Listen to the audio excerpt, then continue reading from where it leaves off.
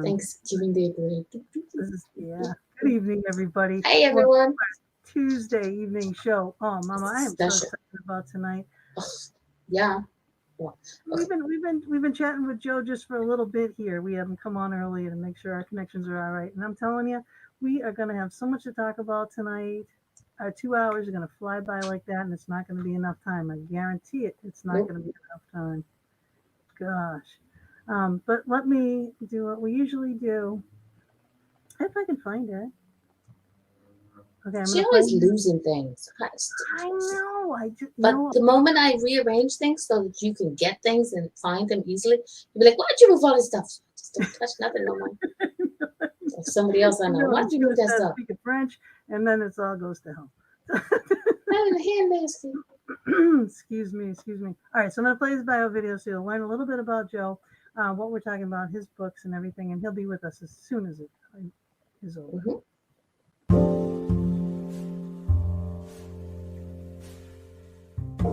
Good evening, I'm Gina B here with Mama D on this special Tuesday edition of the Fox Den, and tonight we welcome Joe McQuillen. He is a married father of 3 children, 1 on the other side. He is the youngest of 10 children from an Irish Catholic family. Although he has had 2 successful careers, he is, at heart, a blue-collar kid from Buffalo, New York. Starting as a salesman, he spent 25 years in the automobile business, eventually becoming executive manager and partner in a number of successful Chicago dealerships. After selling out in 2009, Joe began a second impressive career as a mortgage broker. Among his many charitable associations, Joe sits on the board of Inbalance Ranch Academy, a boarding school dedicated to helping troubled teens with addiction. Following the loss of his son, he began running a charity golf outing to benefit both Inbalance Ranch and Penguin Players, a theater troupe of disabled young adults. A proud member of AA and in many years sober, Joe says that helped him to get close to God and carry him through the dark times after his boys' crossing. His journey has led him to speak knowledgeably and lovingly, both to teens with addictions and to parents who have lost children, and to write this amazing book, We're Not Done Yet, Pop, My Lessons from the Other Side. He is determined to turn his heartbreak into a narrative that will bring comfort and hope to all that hear his message. And we're eager to talk to you, Joe, and we welcome you to the Fox Den.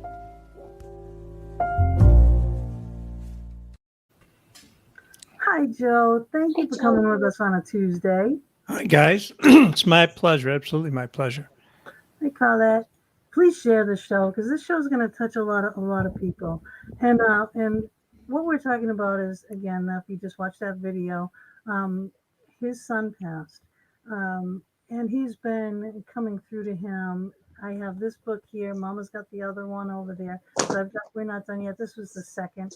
Mama's got the first one right there. My Search for Christopher on the other side. And I want to start there. I want to start with the book that Sure. Mama just held up. So your son passed on January 3rd in 2016. That's right. So I don't know if you want to say how he passed and then Sure. how that book came to be. Yeah. In my son was 21, and like a bunch of his high school friends, they were home from college for this Christmas vacation, and it was the last weekend before they were all going back to school. So a dozen of them decided that they would go up to Lake Beulah, which is about an hour and a half north of the North Shore of Chicago, for the last hurrah. They'd go up and Saturday during the day, spend the day, kick up their heels a little bit, crash, get up in the morning, come home. And, you know, I was waiting. I grew up in Buffalo, so I'm a big Bills fan. And the next day there was a Bills, I have a dish, so I can always get all the home games. And when he was home, we always watched games together, me, him, and his little brother.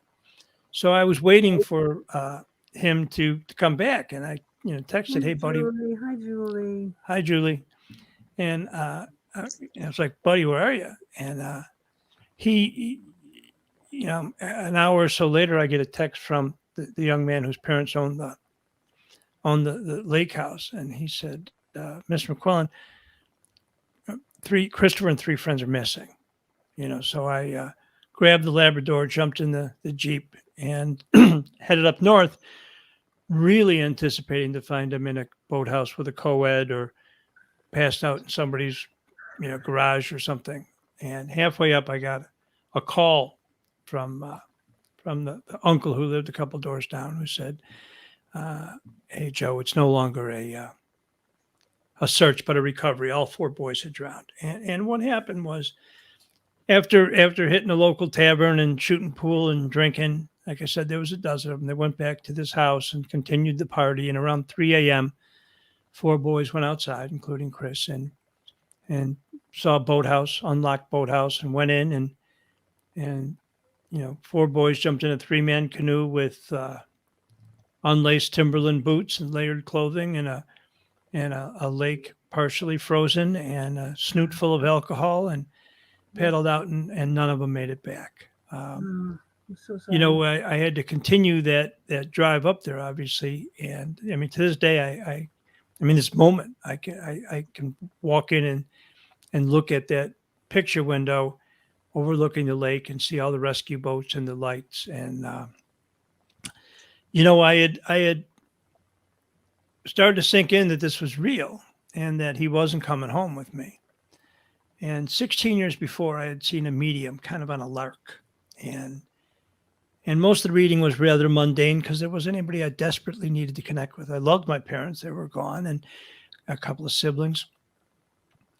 But when she got to the end of the reading, she said, "Your dad's here." And he's holding a caboose and telling you railroad. Now, this was in 2000. This was long before, maybe 2002. This was long before, Google searches or anything.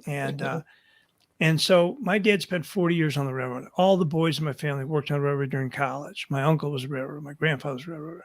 There's a railroad lantern right there on the top of my bookshelf right there. And I've got one in the other room. Yeah, we were a railroad family. Well, you're Pennsylvania, right? We're a railroad family. And so when she said that, I thought, the old man didn't give me any messages from the other side or secrets to the universe or the lottery numbers, but he just let me know he was there. So I shelved that knowledge and put it in a file cabinet in my mind. And 16 years later, when I was coming to grips with the fact that my Christopher had drowned, I thought, if Iron Joe is somewhere, if my dad's somewhere, then Chris has got to be with him. Right. And I got to figure this out. I got to figure out if it's real. And if it is, how do I connect? How do I get in? Right. And if it's not, let's cross it off and figure another way to grieve, right? Yeah. And that day began my search to find Christopher on the other side. Spoiler alert, I found him. He was there. Yes, totally. So now that everything, and I always say this too, everything always happens for a reason. It's bad reason sometimes, but it's bad reason, But it is so true. So now, like when my husband passed too, I was already into like paranormal stuff. Like I liked it, but I wasn't really like actively investigating and such as like I am now. Right. But he kept coming through like, he was larger than life. He was like everywhere. Known, shown, like I showed you those pictures, shown, heard, everything. Entourage came through with the medium, told me I girlied up his living room, which I did. Yeah. The only room in the house, I told him, all right, I won't touch it, I promise.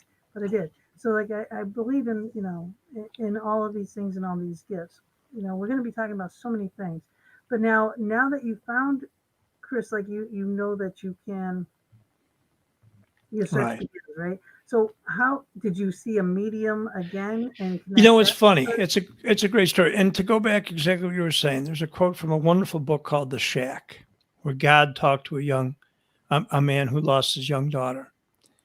And God said, just because I work incredible good out of unspeakable tragedies doesn't mean I orchestrate the tragedies. And so what happens was that those first days, they wouldn't let me bring him. Obviously, they have to ship the body home. It was Wisconsin, and they wouldn't let me see him. You have to identify it from a picture. And as soon as there were all the details, I had to make the phone calls to his mom and his. How was that? Oh my God. Well, in the second book, my son wrote a paper called "The First Are the Worst," and he talked about hearing this heart-wrenching howl come from his mom, and he had never heard anything like that before. He talked about seeing his dad cry for the first time, so it was grueling and heartbreaking, and we had all these arrangements. You had graves, you had tombstones, you had reception, you had burials, you had all these details, masses. It's so And at the end of the day, I would hit my knees and I'd thank God for my sobriety. I thank God for my family. But I'd say to God, we're not good, you and me. You took my kid. And then I'd go to bed and pass out and, from exhaustion, wake up and start doing the things that had to be done again. And after the third day of that same litany, of that same, me explaining to God that he and I are not exactly on the same page, I got a message from him, which was pretty nice. And he said, I didn't take your son. His recklessness and free will caused him to come home early, but I welcomed him home. And remember, I lost a son too. So I knew at that moment that God wasn't a chess master that was moving us around for his amusement, or he wasn't making me pay for past sins. That things happen in life, free will, exit points. And all he can do is sometimes sit back and hold you like the father that he is while you grieve, So my position with God was changed right then overnight. But I wasn't ready to accept Christopher's absence, right? So I went back to that first medium that she had moved to Surprise, Arizona. I saw her a couple of years ago. I went out there for an event and saw her. And I had a couple meetings with her, medium readings on the phone, which were amazing. She told me things that I wouldn't know were fact until I got the police report, to the coroner's report, right? But I needed more. I wanted more. Yeah. So I wanted to see a medium in person who was looking at my son while he gave me messages. Yep.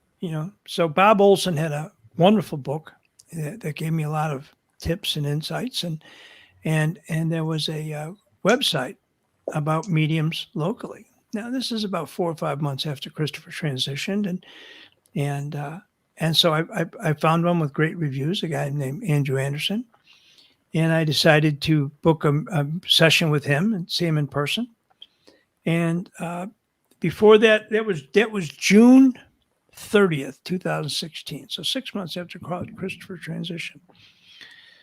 So one thing I got to tell you that I mentioned in the first book is I moved him from one grave over because I didn't like it. He was when I bought the plot, it was winter and the snow had covered, and so even when we buried him, we didn't see where he was buried. So when the snow started to melt, he was buried next to another couple, and it looked like he was their kid, and that's not gonna work for me. It was my kid, so I raised a little hell, wrote a little check, and we moved him over one, and I'll occupy the grave he used to be in. So here it is in June, and the ground is still loose dirt on his grave from relocating him. And so that day the day before I had ordered some shamrock seeds from Amazon. And so I decided that morning I'd stop at the grave, and walking out the door, I did something I hadn't done. I picked up this bracelet that Christopher gave me from Disney World. It's a leather bracelet. It just says Dad on it. It's got Goofy on it, the clasp of Goofy. Mm-hmm. And he was so proud of that gift. So, I got back from Disney World, put it in my dresser, and didn't think about it. So here it is 16 years later, and I put it on and went and saw this medium, Andrew Anderson. And I walked in, and he told me, we kind of said our hellos and settled in and did a little, and did a little meditating. And he said Chris was there, and that he described him and said he was beautiful. And he said, Chris is sending notice. He's telling you that he wants you to acknowledge that you're wearing the bracelet he gave you, which was under a cuff, and that you stopped and planted something at the grave this morning, which was the shamrock seeds that I had planted around his grave. Now, nobody knew that. My wife didn't know that. I never hid anything from my wife, but it just didn't come up, right? She was in bed when I left, and she's a therapist and she works from the house. And I just grabbed it and planted these seeds. It's, by the way, the shamrocks still come up. And so that was the moment, gals, that I went from believing, because I believed that Chris was on the other side, to knowing. Oh yeah, 100%. Yeah, this guy Gary McKinstry, he blew me right out of the water after Mark passed. When he told me, all the things that he told me, he described him to a T. I didn't know this guy. I went there with my girlfriend because she wanted to go to the medium. And I walk in, he goes, hold on. He's like, first of all, he's doing this. And I'm like, what the heck is this now? You know what I mean? He's right. like, you got two really bright lights behind you. So like two of my guardians, angels are like right behind me. He goes, but you have an entourage behind you. And I said, oh, well, but yeah, and he goes, and I'm like, I know what that is. You know what I mean? And, oh yeah. And then he's like, I got to start with you. And I'm like, yeah, but with him. And he's like, oh no. He goes, there's this tall blonde guy. He's got bare feet. He's separating his toes. He's doing this. And we used to go to the beach. And he used to hate the sand between his toes. So he'd separate his, and he could do that. And they'd put powder in between his toes to get the sand up. Every time he sat down, he'd put his feet down and separate his toes. So I'm like, wow.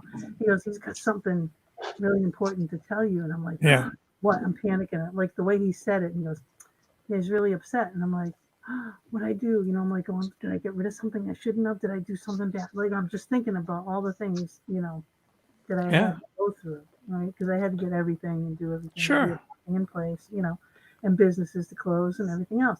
So I'm like going, oh my gosh, what did I do? Why is he mad? He goes, no, you girlied up my living room. He goes, we did, I full paint, I do murals, I do all this stuff. I left that one room. We built this room together.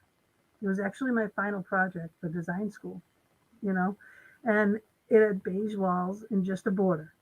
Yeah. It was like, it's a big room, big vaulted ceilings and everything, but it was beige. The rest of my house was all colors. And well, he wanted beige.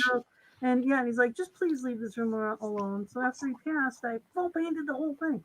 You know what? Sally, this is my office. It's got hockey jerseys. It was his bedroom. I've got a Land Shark surfboard hanging from the roof. I've got, pictures of Olympic hockey players, and I got ugly red curtains on the window. And so when I left for Florida, I said, do whatever you want with the house. I said, but I don't want anybody touching my room. And she's like you. She has a little decorating background.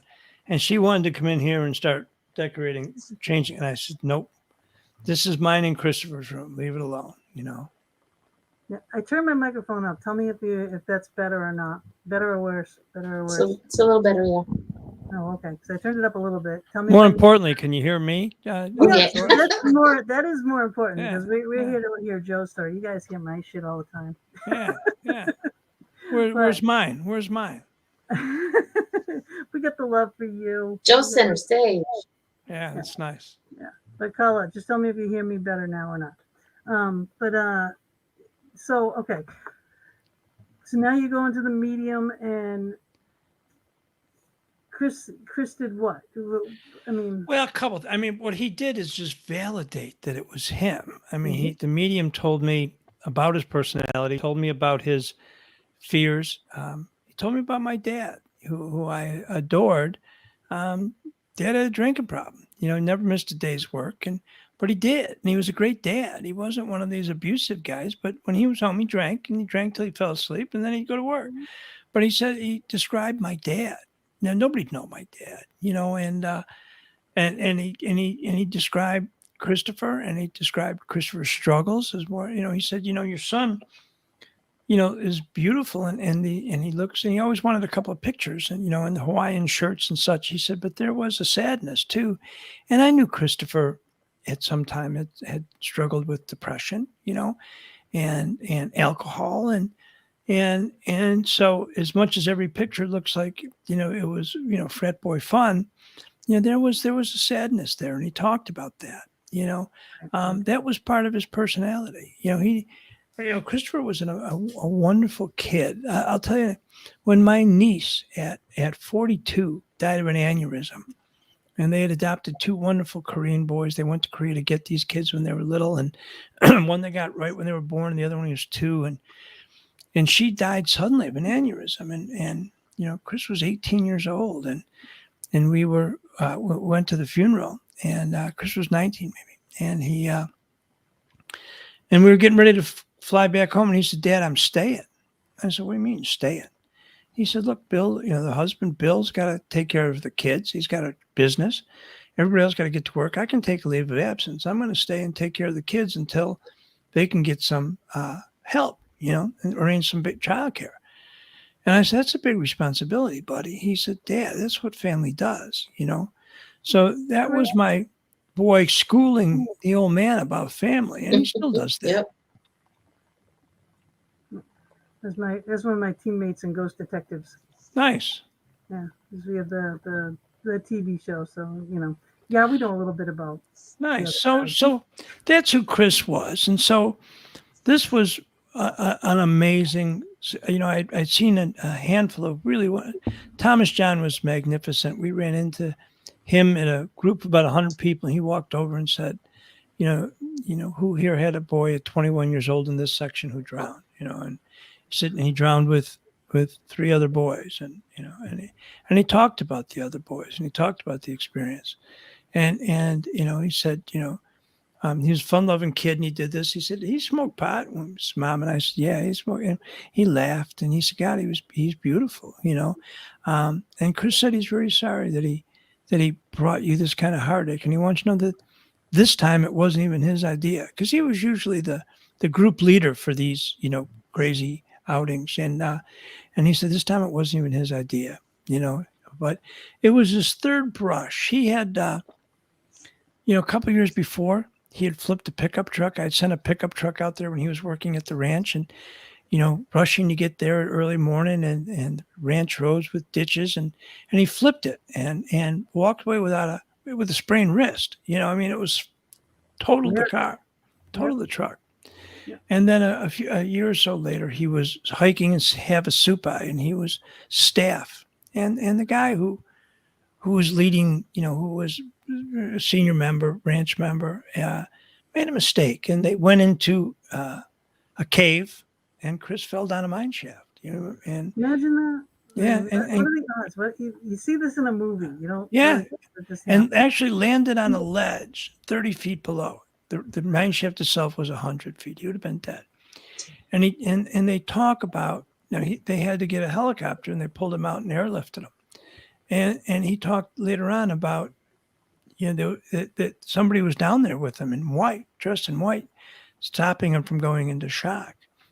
And I talked to the people at the accident. They said there was nobody down there, There was nobody down there. So, I didn't know then what I know now, that there was an angel. His angel was there. Yeah, his guardian. But I got to tell you, there's a book by what's her name, Russo, The Happy Medium, that talks about Kim Russo, and she talks about the third NDE, or the third near death. Yeah. Near death experience is usually the hall ticket. I don't know what the rules are. I'm 5 years into this, but I'm not an expert. I wonder, because I came so close. I actually died, came back. Now I hear tones, and I'm just more in tune after I died, came back. So yeah, you do mention the near death experiences in here, and even in the back of the book, you go into more in depth descriptions of different things in metaphysics and the clay. Well, you know what? Why they're in the back is because I didn't experience them, right? I mean, both books are my experiences with Chris. That was his story, and it'll continue. And funny thing is, the second book, we're not done yet, Pop. As I finished the first book, I was getting a little melancholy because, every keystroke, every paragraph, he was with me writing that. I could feel him. I feel him. I feel him right now on the back of my neck. I get a chill when he's around. So I know that he's here enjoying this show. And so, he was involved in every aspect. And here's this book was coming to a close. And I was feeling a little sad. And he said, "Hey, we're not done yet, Pop. We're going to do this until you cross over, till I'm there when you cross over." So, that's the deal. I'm just following the breadcrumbs, gals. That's my role. So, that's where the second book came from. But the near-death experiences wasn't my experience. Right. But it all plays a role. Yes. So your mind is wide open now to all these things. Yes. Because I haven't experienced a lot of these things. A lot of the things that, we have people on the show have experienced, but, not saying that it doesn't exist. Well, I know they do exist. So, but they I've brushed up against them. I just haven't experienced them yet. Right. Yeah. In time. So, yeah. In time. But you're getting these, is it, how am I getting that? Are you channeling him while you're writing? Well, here's how this happened. This is so the first year I'm gathering all this information and I'm putting it in just a folder with according to date. I mean, I do this to this day, and I record all the medium visits and then I handwrite them down and catalog them and keep them in a binder on top of one of my humidors. But yeah, and then on the end, and so I started getting up around 3:00 in the morning, and I thought it was because that was the time that he drowned, but it wasn't. It's because that's the bewitching hour. That's when spirits are very active, right, between 3 and 4. So I'd come in here. I'd leave my bedroom. I'd come in here, and I'd light some sage. I'd light some candles. I'd have a picture of him. I'd pull out. I would. I'd align my chakras. And do I look like a guy that wouldn't align my chakras? But I do. I know, right? Right. Really and out of your comfort zone doing. Yeah, and it was becoming a lot more comfortable even then. Yeah. And so I just liked the feeling it would get. Then I started listening to some guided meditations. There's a wonderful medium in California. Her name's Medium Corrine, and I fell in love with her guided meditation. But I randomly pick a guided meditation and listen to it. Oh, I think you hit your. Yeah, the spring. Yeah. And you went lower. Oh, you hit something. Okay, you hear me all right? Yeah. Okay. Yeah. So it was a guided, so I listened to a guided meditation. Well, on the anniversary is crossing. So January 3rd, 2016 or 17. It's 3:00 in the morning. I'm in the office and I go through my guided meditation. And I'm envisioning him and I'm, doing all the things that I do. And I start getting a message back from him, and it said, "Dad, you're not going to believe this. The colors and it's always warm here. It's never cold. It's like warm air, but it's love. It's like love air." And he described what his setting's like. And I'm writing this down, still not sure what the heck's happening, right? Mm-hmm. And he said to me, "You got to let go of the resentment with Scotty. It wasn't his fault. We were friends. I loved him. He loved me." And I thought, okay, sure, Chris, I'll let go of it. And Scotty was the kid whose parents owned the lake house. I was miffed because they let a bunch of, 21-year-old, 12, 21-year-old kids run crazy, but it could have been anywhere. But I already figured out I couldn't be mad at God, so I was going to be mad at them, So I had something to be mad at. Yeah, and exactly. And so I said, sure, Chris, I'll let go of that. And I thought, wow, this is crazy. And then he would finish by saying something like, going back now, heading home, and love Chris. And I would look at this and I'd say, oh, okay, is that just me? It's like trying to put a salve on this wound, right? To try.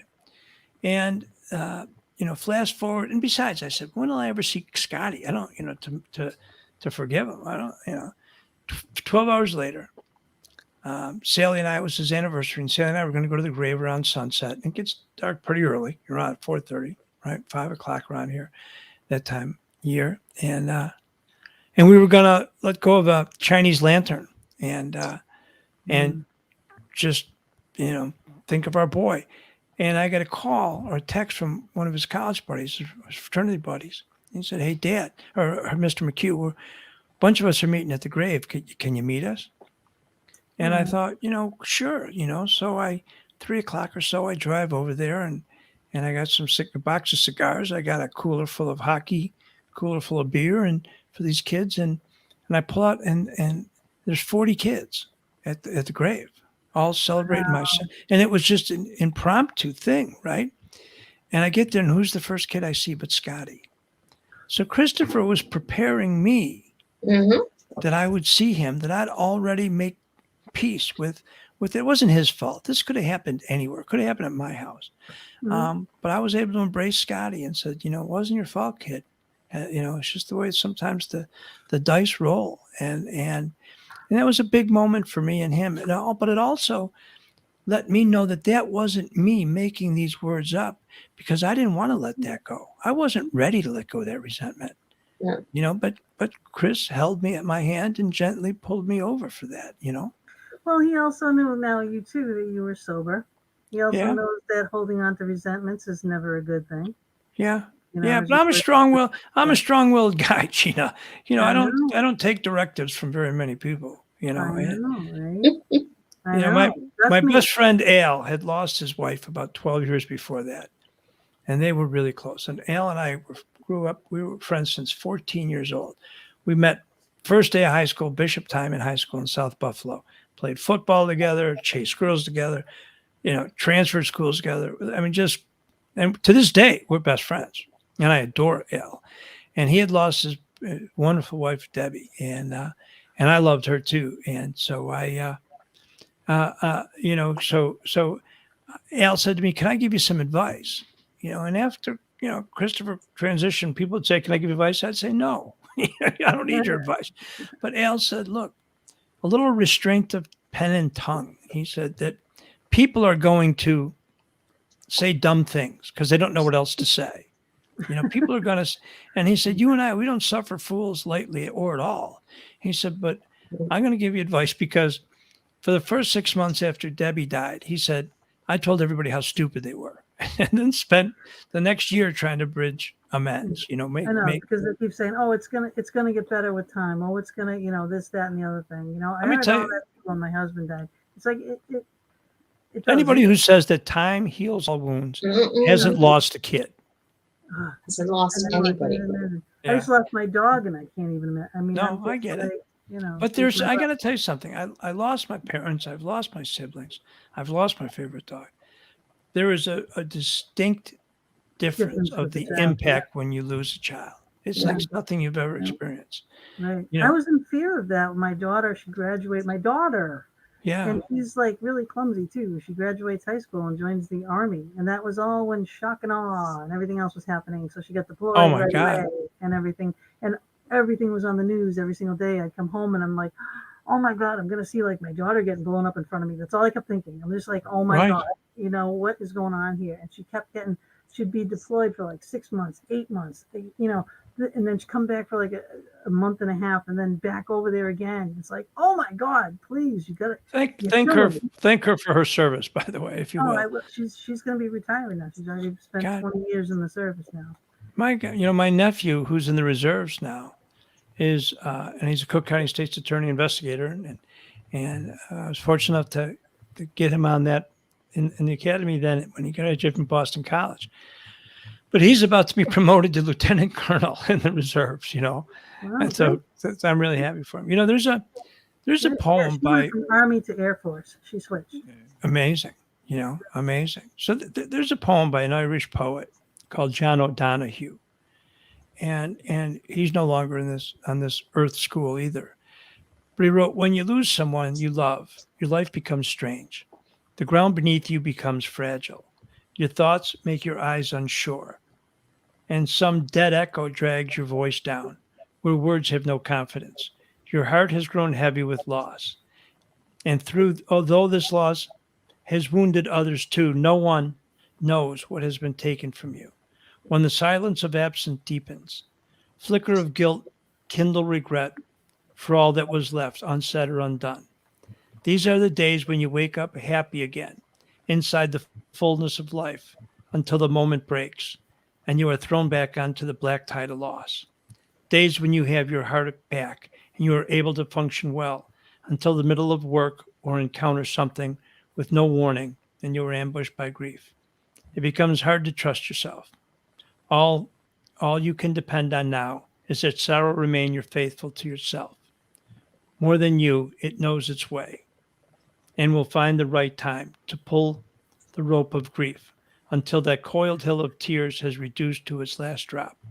Gradually, you will learn acquaintance with the invisible form of your departed. And when the work of grief is done, the wound of loss will heal, and you will have learned to wean your eyes from the gap in the air and be able to enter the hearth in your soul where your loved one has waited for your return all the time. That's what grief is. That's what grief is. I'm going to get that poem from you later. I will send it to you. Thank you. Yeah. Mom, you're going to have to ask a question. Yeah. Okay. Yeah. Now, you sent a list of questions that people have asked you.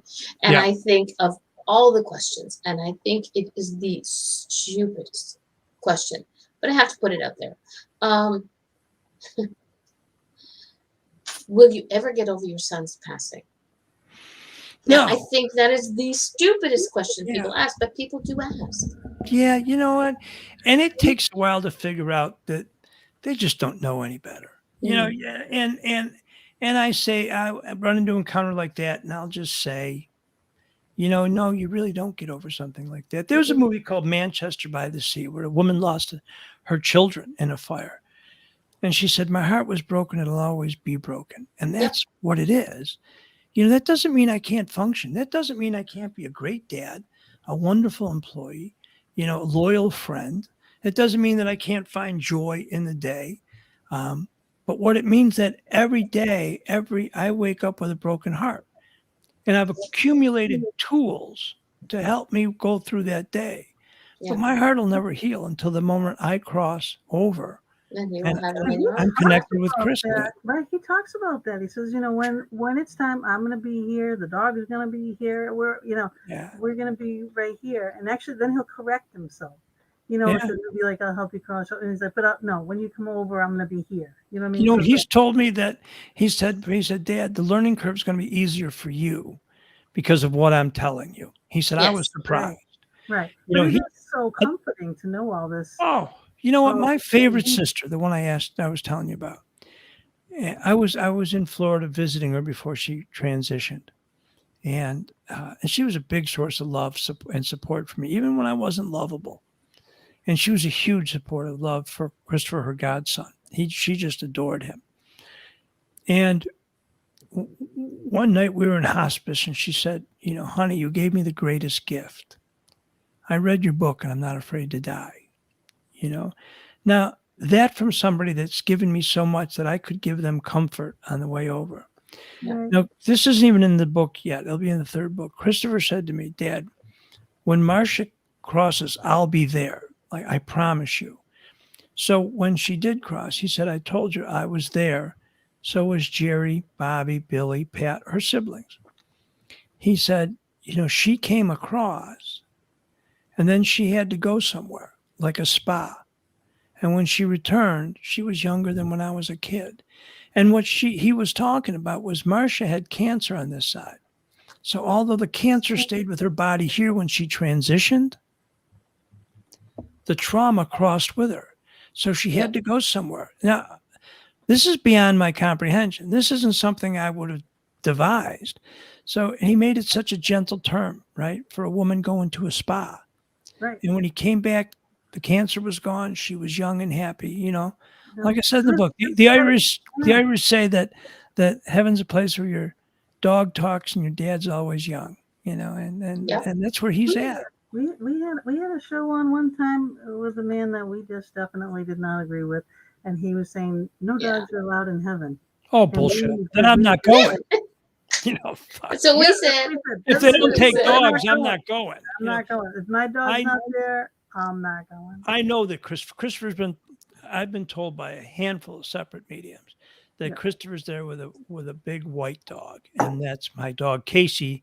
That was his dog growing up. Now, my dog now is going to be 14 this month, and she's Cassidy, and she's a little smaller yellow lab, and she adored her Christopher. They were really close.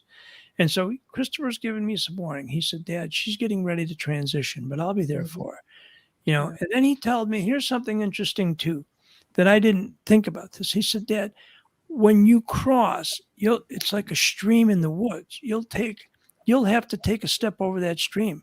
I can't do that for you. You've got to make that step on your own, but I'll be right on this side the minute you take that step. Yeah. So how comforting is that? That I already know what's going on next time, when we transition. What a deal that is, Yep. I mean, I don't you won't have that. You won't be like, some people die and they're afraid. They're afraid as they're dying. They're afraid when they die. They're afraid to go where they should be going. And they're in that, that interim place, where it's not so good and they're still fearful. You know what I mean? It's like, don't be. Really don't be, because we're always trying to tell spirits that when we go onto locations and we're trying to maybe, cross a spirit over or, whatever it is. And it's like explaining to them like, no. It is okay. You do have loved ones there. Even if you didn't have an immediate family here, you still have ancestors. You came from someone. They are there. And I've got a lot of siblings there. There's a lot of McQuillens over there. And Chris said, when I cross, because I'll be the last of the actual siblings. We were raised, there were 10 kids in my family, but 5 were cousins. And this is in the first book, Mama D. You'll read that when you read the first book. Mm-hmm. 5 were cousins. Oh yeah, Gina, you didn't read the first book. Shame on you. I only have this, and I only get these books like right before the show times, and I didn't have time to order the first one, or I would have had it. I don't want any excuses. Just order the book. So there was this car accident in 1956 where my uncle killed his wife in a car wreck, and my parents took in all 5 kids. So they were cousins, literally with the same. It was my father's brother. My father's brother married my mother's sister. So 2 brothers married 2 sisters. All these Irish Catholics? Yeah, it couldn't have been any closer bloodline. So Dad took in these 5 kids. No adoption, no legal, no state aid. No, he took them in, and that was it. Yeah. That's your brothers and sisters. So I was born a couple weeks after this accident. So I didn't know anything about it until I was about in 4th or 5th grade when Mom finally told me what was going on. And told my sister Debbie, who was actually my cousin, that, about the accident when she was graduating from high school. And my sister Debbie said, why'd you bother telling me?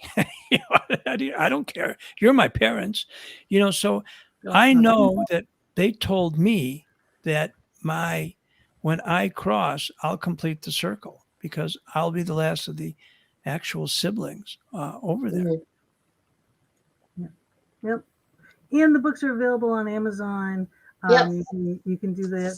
Amazon.com, Amazon.ca, Amazon.uk. Okay. I'm sorry, but these are a couple of handsome dudes on this cover. Yeah. Christopher he was gorgeous. He looked. Thank God he takes after his mom. I wasn't saying it, but you were thinking of it, Mama D. You were thinking. You have some really nice family pictures, and you have the pictures of you all at his gravesite and everything else in here too. And like there's just like so many of you all together here, and that's wonderful. Year. Like I'm a Finnish WAP, so I've got a huge Italian family and a small little Finnish family. Yeah. But the huge Italian family, they rent a hall every year just to get together for Christmas because it's too big for everybody's house. I understand completely. All the grandkids, I'm going home to a Buffalo Bills game on the 21st of November, and there's 26 of us going to this game. So my nephew's bringing in all his kids who are grown men. They're getting married. They were Christopher's close friend. And then the family there. So there's 26 of us. So when we go to Canada, there's 40 of us. There's 40 McQuillens. Now it's the next generation because the first group are already gone. All the 4 oldest ones are gone. And Carrie's gone and Christopher's gone. And, but then these guys keep getting married and having new babies, So, right. that's I'm a big fan of the soul family thing. I have I have no fear. Did you know? Did you have an idea about a soul family before all this happened, You know what? or know what it was? No, and I didn't care. Right? I mean, why it didn't affect me? You know, I wasn't. I wasn't. You know, I was bulletproof. You know, there was nothing ever going to happen to me, even though I flipped a handful of cars and did a bunch of stupid stuff. You know, I never thought about that, and that's what's great for your listeners is that. So we're going to Richmond for one of those for a wedding of my nephew, who was one of Christopher's dear friends. They were twin boys, and Chris and they were inseparable when they got together. They all looked alike, blonde, beautiful. And we're going to Richmond. I've already gone online and looked up, you know, what's a good restaurant. We looked at hotels. We looked, oh, gee, I don't want to rent a car. It's so expensive these days. And maybe we'll get a limo or a shuttle to there, you know. So I'm doing this stuff online. I'm going to a place for 3 days, right? Mm-hmm. I'm going to the other side for the rest of this turn around the track. And most people don't have any idea what that means. You know, we're all going, folks. Let me break a little news to you. I know. We're not going to make it. Prepare. None of us are getting out alive, you know. So what is next? So so it was only after Chris transitioned that I thought, what's next? And I got to tell you, I live a life beyond my wildest dreams, far better than I'm entitled to. I have a wonderful family. I have a beautiful bride who's brilliant, great friends, you know, who love my kids. Sober 36 years, you know, done pretty well financially, right? So, and I'm not ready to go. I've got books to write, people to talk to. But if God tapped me on the shoulder and said, time to go, pal, I'm in. I'm okay with that. Because I know what's next, you know? Yep, I am too. And I think that's one of the things I like about what you're saying. What somebody posted it in the comments that this is a really good show, is that what you're sharing, what people are going to read when they read your book, is it's going to make them feel a little less scared. Yeah. You know, and a lot of people are like that. And it's like, for everything I've learned from the time that I started, since Mama D was created, previous to that, I was like, I'm not going to die yet. But wasn't that I was afraid of it. It's just that I wasn't ready for it. Yeah. You know, but now I'm at that point where it's like, I'm not afraid of it. When it happens, it's going to happen. Yeah. And we know what's next. It's a pretty good deal. Exactly. You know, Chris tells me that my side, he said, Dad, your side is like boot camp or like football camp, right? Yeah. He said, you know, it's a lot of fun. You're with your friends, you're playing, you know, you're knocking heads, you know, but it's a lot of work, you know, and 3-a-day practices. He said, that's your side. My side is a beach bungalow on Maui. That's what my side is. He said, you're going to love it here, Pop. This is why I have a beach background. Yeah. And I also have the little Cardinals on the books next to me for a reason. And explain why I put those Cardinals in. So tell us about the Cardinal over here. Okay, so you know, he told me to get a Cardinal. You know, on my there it is. It's hard to see, but it's a Cardinal tattoo. And it's actually got a beautiful yellow beak and this greenish blue eyes, like the color of his eye. You know, so he sends me Cardinals. You know, it started with a guy named Robert Oliveira, who was a full-blooded Indian who was one of Christopher's counselors at the ranch. And after Christopher transitioned, we went out there these are boys who suffer from addiction, 14 to 18. Now, I got to tell you, I get them. Hey, back up. So this is Imbalance Ranch. Imbalance Ranch Academy. It's in Havasupai, Arizona. It's an hour and a half south of Tucson. It's about 5 miles from the town of Tombstone, right near the Mexican border. And Brad or Patrick Barrasso and Betsy, his beautiful wife, he's a therapist. And what they did is they bought this defunct dude ranch and turned it into a boarding school, a therapeutic boarding school. The kids ride horses, clean out stalls, shovel crap, manual labor, get high school degrees, and learn to work on the 12 steps of recovery and take on a spiritual aspect. So when I go there, and I love this place, I'll speak to the boys there, And it always starts the same way. It starts with everybody.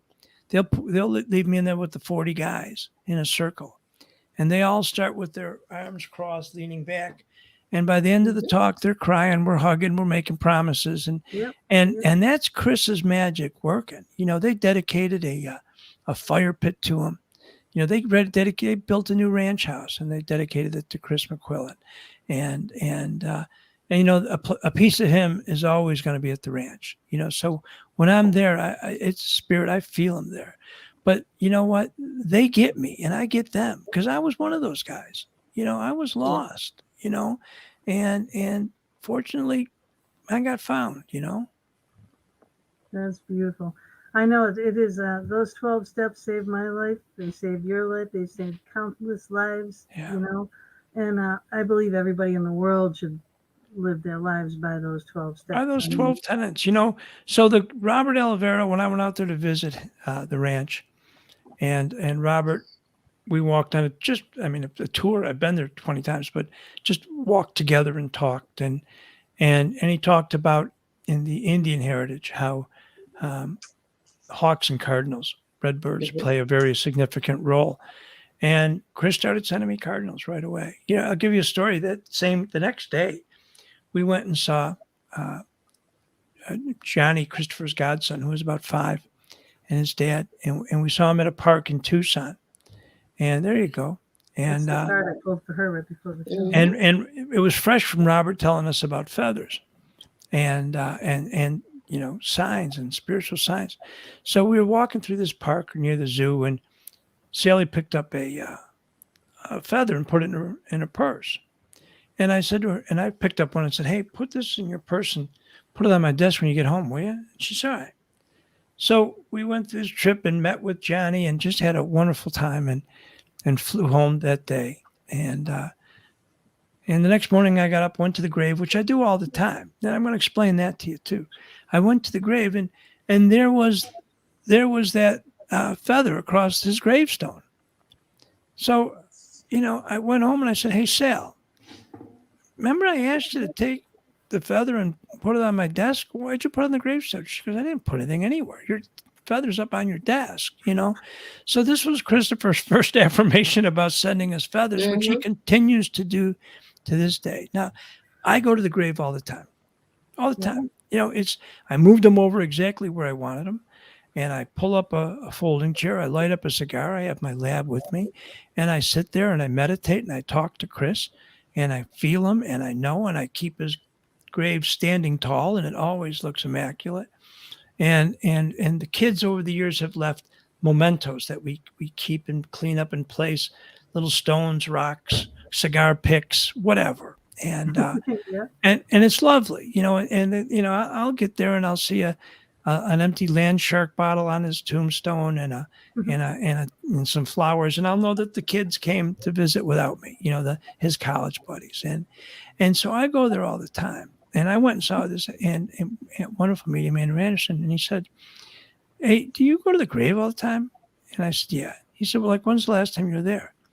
I said, "Yesterday." He said, "Look, when most parents tell me they do that, I tell them, don't go there. There's no reason. You can connect with your kids without going to the grave."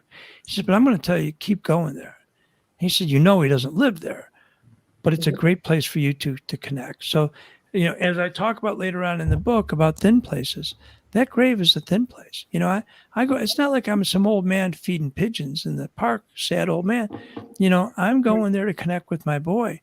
And I love that place. It's perfect. You say yourself, you're an intuitive, right? Yeah. I think you're a little bit more than an intuitive. Yeah, let's go with intuitive. I know. It's a tough thing, because I don't want to get too big for my britches there, Gina. I know. Once you admit it, you can't come back. And you're on this show. You're big now. Yeah. I know that. But, Michael, we're bigger than U.S. Steel. Yeah. Yeah, I'm in the steel capital. But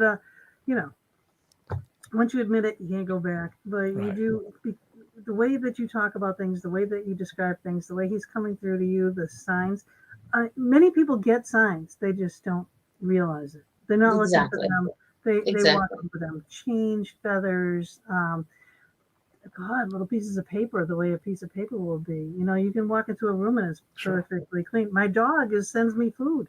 Yeah. My dog there you- leaves little things of food out. I mean, I Yeah. vacuum like a fiend. I'm OCD to the Yeah, she does. I know my dog is with me. and I'll Yeah. get up and step on a piece of food. You know, She's with especially actually my like- dog is with Chris. And he said to me a visit not long ago. He said, Casey really loves you. She loves me more now, though, Dad. It's okay. Okay, who's going to argue with him? I know. Yeah, no, it's not. Exactly. I like your reference when you said he's wicked funny. Oh, With he the is. Boston- the Boston- That's from my Boston Yeah, Boston thank you. family. Yeah, Thank you, he's a thank you. pisser. He's a pisser. He's a pisser. He's a wicked pisser, and he's wicked funny. I love it because I'm Yeah. originally from Mass. You know, There I'm you not- go. I'm not a Well, my Pennsylvania- brother raised man. his family in Medfield, and I'm very close to their family. I loved my brother Jerry, and Chris had mentioned, Jerry was there when he crossed, and that Jerry was kind of a force of nature. He was very successful, guy's guy, bright, funny as hell, loving, supportive, just a wonderful fellow. He was the guy that bailed me out every time I got in trouble, right? Mm. And I adored my brother Jerry, and he's with Chris all the time. I've had mediums say, there's a guy with him, a Joe, and I said, it's my dad. He goes, there's another guy with a J, but it's Jerry, but it's not Gerald. I said, well, my brother's name was Jeremiah. So Jerry's always with Chris too. And Chris had said that Jerry's very pleased because of how much I'm involved with his son and his son's boys, who are adult men now getting married, and one's married and one's getting married in December. And we wouldn't miss it for the world. We'll be there. The whole McQuillen clan will be there. Nobody circles the wagons like the McQuillens, I tell you. Yeah, we used to be like that with the Matonis, and then it's like, COVID hit at the worst time too, because my mom, who's like the matriarch, is my Uncle Tony, and then my mom, Marilyn, and then 10 more kids after that, and there's like a couple left, and my Yeah. mom being the second to the oldest, and she's the matriarch now. She gets really nervous, but a lot of this stuff was going on. These passings were happening during COVID time, and the family can't circle, Yeah. And so I understand that. That's trying, Right. How's this been? Does Chris say anything about COVID and anything No. like that about No. like, hey, You know what? does I it hate to say it. say about what people are doing? I hate to say this, but I think that's below his radar, right? Yes. Okay. Sick, transitioning,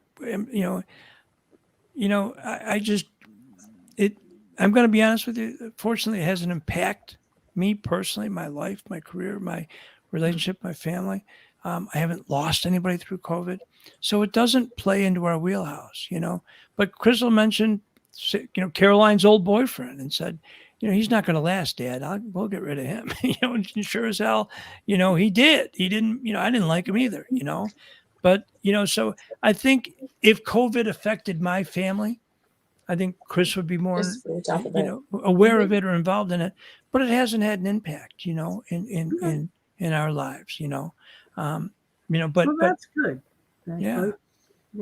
Right. That's comforting too.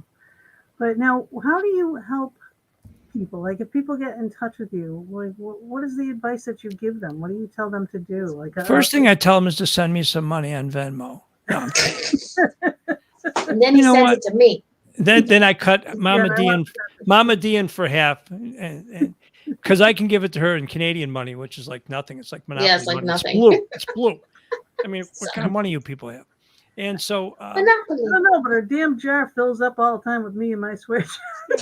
I'm building a castle with Gina's square jar. Mhm. so there is nothing more important in my life than connecting with parents who've lost kids, because they think they're gone, and they don't see the hope. Like I said, I spoke up in Lake Geneva, and it was wonderful, and I love those people, but there weren't a lot of people that lost kids. Now, tomorrow I'm speaking on a Zoom meeting with the National Group of Helping Parents Heal.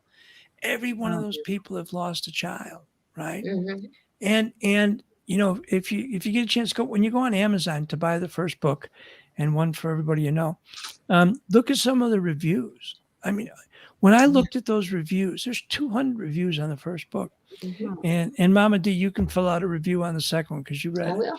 But I read the second one. I can do that. all I right, can- Gina, you can leave a review I'll too. write the review on the second one. So I read the reviews and I started crying. And I said, Chris, we did our job. Yes. People are saying things like, I now have hope that I'm going to be together with my kid again, or I now believe that my son's happy and I can probably connect with him. So I'm very free about giving out my email, which is jbmcquillen@gmail.com. You lost somebody, that's it. And I'm no expert. And why I know that is because Chris kept telling me in the second book, Dad, you're no expert. He did. Don't get full of yourself. I'm just a vehicle, man. Yeah. And I think Chris says to me also, you're a good ambassador. You got to keep doing this. Exactly. That's the and thing. people will hear things from you that they may not hear from somebody else. Mhm. I mean, I got a brush cut and a broken nose. I'm not your average guy that's going to talk to you about transitioning and connecting with the other side. So And maybe a dad that's or the two. point. Yeah, maybe that's a the dad point. or two will sit up and take notice instead of Exactly. dismissing it, Yeah, because a lot of men, and nothing, I have nothing against men. I love y'all, but we all know that y'all have your limitations. But you're a man's man. A guy will look at you and say, "Hey, why is I this know. guy? He's not going to talk about this shit. No. This is What the first hell?" guy. But I've had plenty of you- friends say to me, I only believe this because it's you telling me. Yeah, exactly. Because you lay it on the line just like it is. You don't fancy it up. You don't use fancy words. No, You're just I don't know "This is it." fancy words, Mama Mhm. D. Let's Yeah. just use them. Well, we can add a little bit of butterflies No, to you're those very, things, yeah, But you're Good down for to you. earth, and this is Yeah. what will make people, especially guys, stop and listen. I'm a regular guy on an amazing journey. And all I'm doing is Yep. following the breadcrumbs. I mean, I had no idea that I was going to write a book. So I started collecting all this data, and notes. And I really just thought I'd be sitting on a rocking chair on a porch, reading these notes someday, smoking a cigar. Mhm. And it was in February of 2017.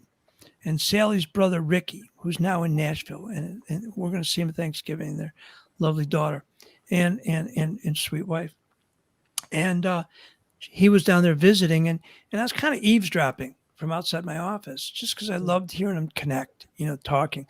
I love when she's, close with her brothers. I'm a family guy, and we're from a clan. So I like clan. So Sally was describing Rick, how tenacious he was when he was a baby. 2, 3 years old, he'd be playing hide and seek, and he'd hide behind a door and say, hide again, and you'd find him. And then he'd go under the laundry basket. I mean, this could go on for hours, right? He was a tenacious kid. Mhm. And I heard that conversation, and I knew that I had to find where he was. And I sat down that day and started writing the book. And in 17, and I finished it as I promised him before Father's Day of 2018. Beautiful, beautiful. Well, it is time for us to take our little commercial break.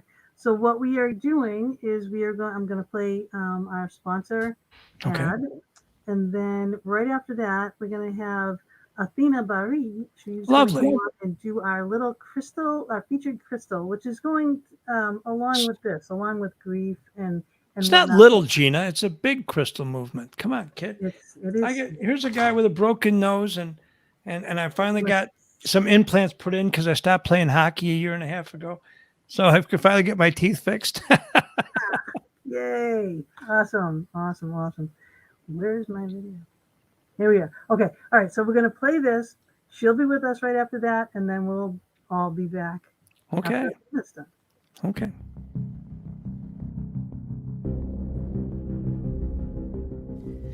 The Fox Den is now proudly sponsored by Vortex Ghost Gear, ghost hunting equipment made by an actual ghost hunter. Bob Christopher has been creating custom gear for decades. Vortex has equipment for all manner of investigating, such as proximity meters, which include the HTO, the V-Pod, and the trigger prop cats and dogs. For vibration, use the geophone. For manifestation, use the static dome, also offering fully customizable equipment designed for your specifications, such as using your team logo, theme, or character. Our first, the Cryptochords box for motion and temperature, which also includes custom music, and the other customizable item is the Easy Scan Ghost Box. Visit www.vortexghostgear.com and get your equipment today.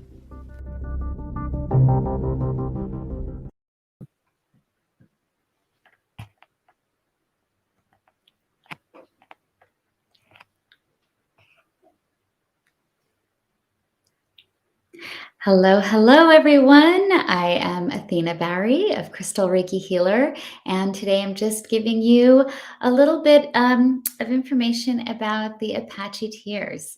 So, this crystal, going with the theme for today's show, is a wonderful, wonderful support for grief healing. And it's a form of obsidian, and then it is from volcanic ash, and that white, if you can see there, is called perlite. And it is the substance that is left over from a volcano, and it dries, becomes porous, and that's what gives you that kind of sheen. Now, like obsidian, the Apache Tears works really well for kind of like a boomerang, sending out those feelings of grief, of loss, of heartache, and sending them out to the universe to transmute and to return to you, with a renewed sense of joy and bringing that love and that happiness back to your life. You can work with this stone during meditation, keep it in your pocket, just hold on to it when in those times of need is really helpful. And what else can I tell you about it? The myth, the legend behind Apache Tears and why it's been known for so long for a grief support is it was back in the day, there were soldiers that were chasing an Apache tribe. And this Apache tribe fell over a precipice. And the Apache women grieved so strongly that their tears blended in with the volcanic ash of the area, which is now known as Arizona. And their tears left this mark on the stones. Their grief was so profound. So it has been used since then as a stone, a sign of grieving and helping everyone who works with it to overcome that sense of grief. A wonderful affirmation that you can use is, I allow myself to grieve, knowing I am protected and grounded within myself and this place called Earth. I hope this has been helpful, and I'm sending you all so much love, so much healing, and many blessings always. Thank you for having me. You're amazing. She's adorable. You are amazing, and thank I you love so that. very much. And that was perfect and priceless. And I can't wait to do this more with you.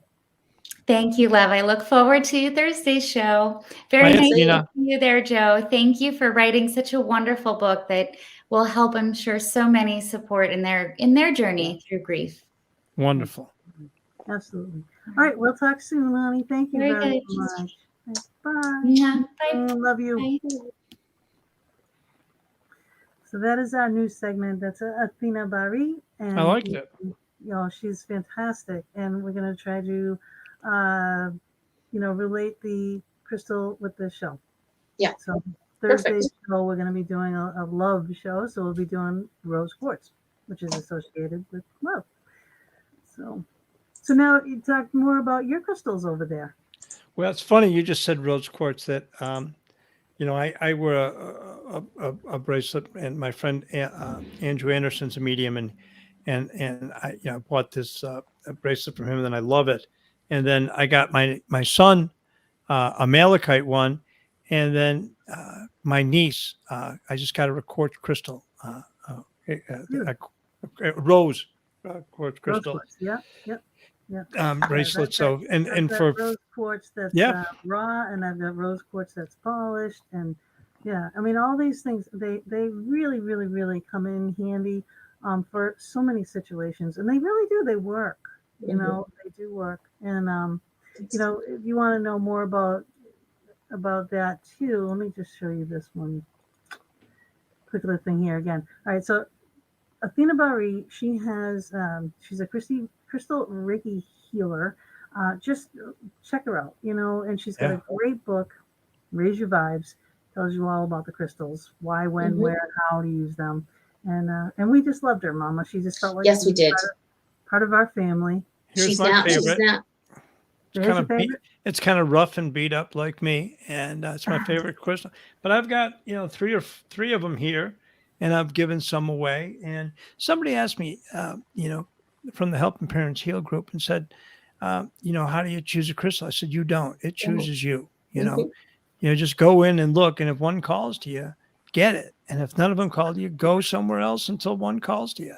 Yeah. You know, Exactly. it's Yeah, you know, I'll put my hands over the Yeah. crystals. Like if I'm going to a location maybe I haven't been to yet, when I go like ghost hunting, I always take my tiger's eye with me. I always have, my bracelets on, my hematite and everything else for protections, and malachite, and things for EMF, things like that I have with me at all times. But then I'll be like, all right, what else? And this is what Chris taught me to do. He's like, just put your hand over them. And what either vibrates, feels warm, feels or heat. colder, Yeah. whatever it is, that draws you to that one, that's the one that you should take with you for whatever reason it is. You don't Yep. need to know that. You're not in the driver's seat. Don't right? think. Do. Just Yeah. get it. Yeah, Exactly. yes. And you're learning that too, right? And because it's tough to be out of the driver's seat. You know what? It's actually It's comfortable. kind of freeing Mhm. to know that I'm not driving this. That, as I told you, when the first book, I sat down and we wrote it, and it was in a timeline, and we're very proud of it. And the second book, because he told me to write a second book, and he said, make sure it's fresh, so it's completely different. And I wasn't sure the direction of how to put it all together when I got to Marcia's house in Naples, Florida. And I sat down and it all just started coming together, and I knew that's where I was supposed to be that moment, writing that book. And I would write and work and play a little golf, and then drive down to the Gulf beaches at night and park my car and walk on the sand and connect with him, connect with Chris. Mm-hmm. And for me, that's a thin place. It might not be for somebody else. I got to tell you, my son's at Boulder, Colorado, and he just loves it. He's got the McQuillen crest like Chris had on his forearm and on his bicep. And he's got the flat irons on his shoulder because he loves that. Now I walked out to Boulder, and I thought, yeah, this is nice, but it didn't call me. Right now, I don't know if I lived a very happy other life in Florida that was about the Gulf shores. I mean, I'm a blue collar kid. I didn't get on an airplane until I was 18 years old. Right? That's not what we did. And I didn't get a passport until I was trying to impress my now wife by taking her to the Caribbean. I thought that was a funny story. Yeah, that was in this book. That was a good story. I had no idea. So the bottom line is, when I step out of my car or off the plane or whatever in Florida, something fills my lungs with air and my soul with air, and I know I'm home. Why? I have no idea. I'm going to do a little more past life regression or do some in the third book, and I think I will find out that I probably spent some times on the water, on the Gulf Coast, specifically the Gulf Coast of Florida. Just a quick shot out there. Something about the Navy, something about being in a uniform. You, not your family, but you, but in a past life. Not this Yeah, I haven't served in the military. It was actually a regret I had. I should have. I wasn't mature enough to go to college, and I was a little wild. And I think maybe in one of your past lives, not this life. Yeah, I think a drill instructor would have been good for me. And I have a lot of respect for the military. I had two older brothers in the military. My uncle was a war hero. And I'm not surprised, with the haircut and everything else, that I probably was in the military in a past life. I think you nailed it, Mama D. Mm-hmm. Yeah. And you do know that, like you said earlier, that, and I sent it in a private message to Gina, that Christopher is here. He's been here since the beginning. I feel him. I feel him when I know he's around. I get a chill on the back of my neck, and I know, and he's around me a lot. Yeah. And when I stop, I've got company over here. One made themselves very known over here that I don't even know if you're going to hear that. I'm actually going to listen back. I did hear something. Hey. because Christopher's been giving me chills since the beginning of the show. Yeah, that's so his deal. Normally I don't get them during the show. It's very, and if I do, it's like a short thing. But it's he's a powerful spirit. He's a strong he is spirit. Indeed. And he's got for the stories. And what was it that you called him? The thing, he was very funny. What's that term that you used? Wicked funny. He was wicked funny. Yeah, because he's got like You know, Yeah, one time, he's a really the- strong, powerful Entity. soul. Andrew Oh, Anderson asked everything. me to ask if there are any questions, and early on, and one of the questions, and it's funny, I've done this with mediums before. I'll write down 5 questions, and generally, those 5 questions are answered before the medium session's over. But Mhm. one, I said to him, I said, you know, Chris, was there ever a time we let you down, that we came up short, that I came up short as your dad? And he said, Dad, you know, you never came up short. You are short, but you never came up short. And Andrew said, Jesus, he's funny. And that's cute. Yeah. Yeah. I know they don't lose their sense of humor. That's for sure. You know, No. so it's like No, once because that see, clicks they're where through, they are where they know that we cannot reach them.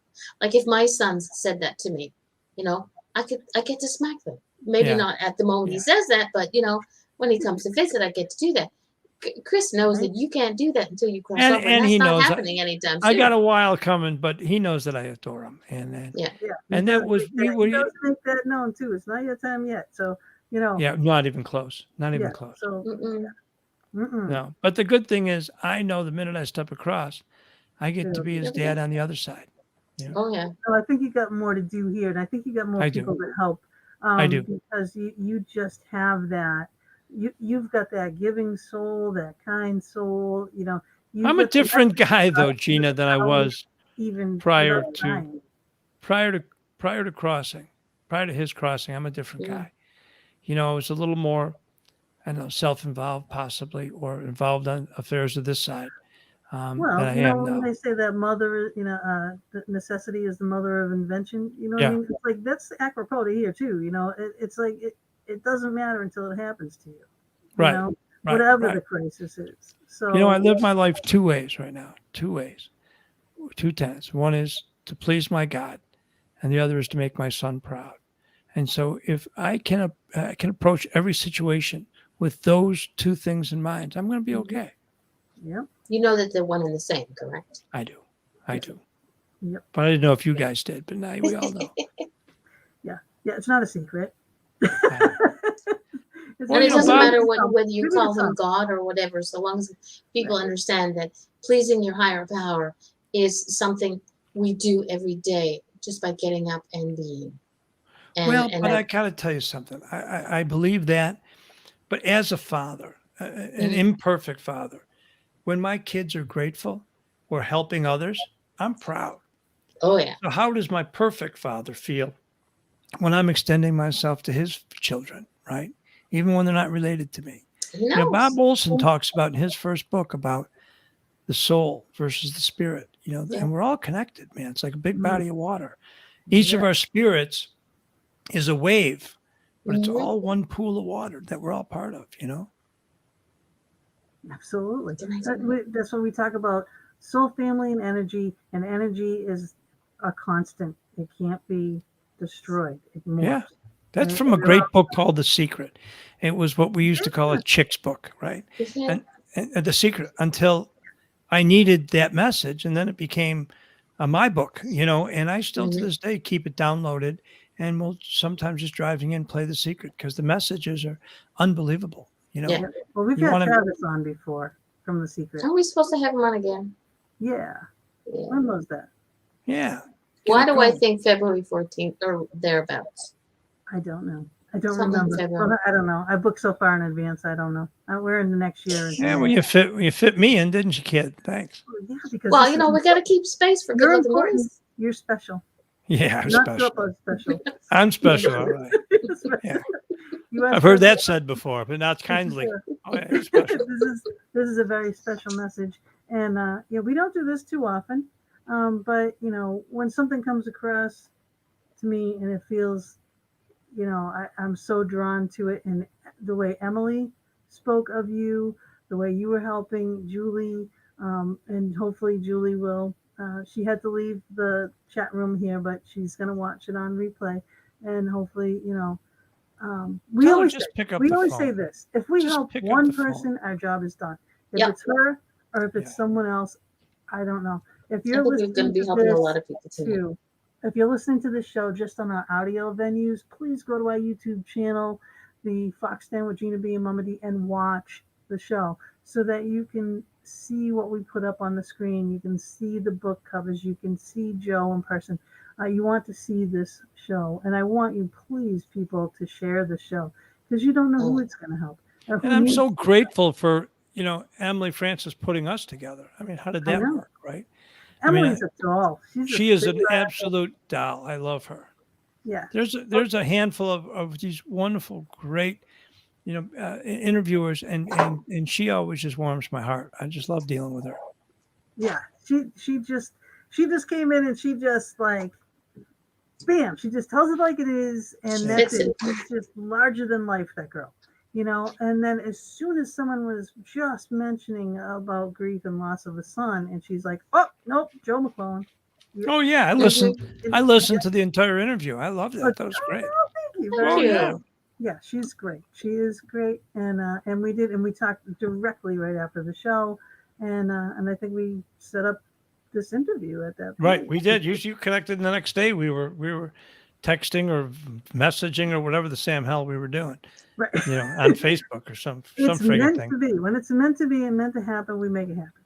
Right. Otherwise, people got to wait till next year. to get Yeah. on the show. Yeah. And remember what I said in the first book about ADD. I saw when Christopher had ADD, and the greatest thing was when he was little, and I saw that Nan scene that time.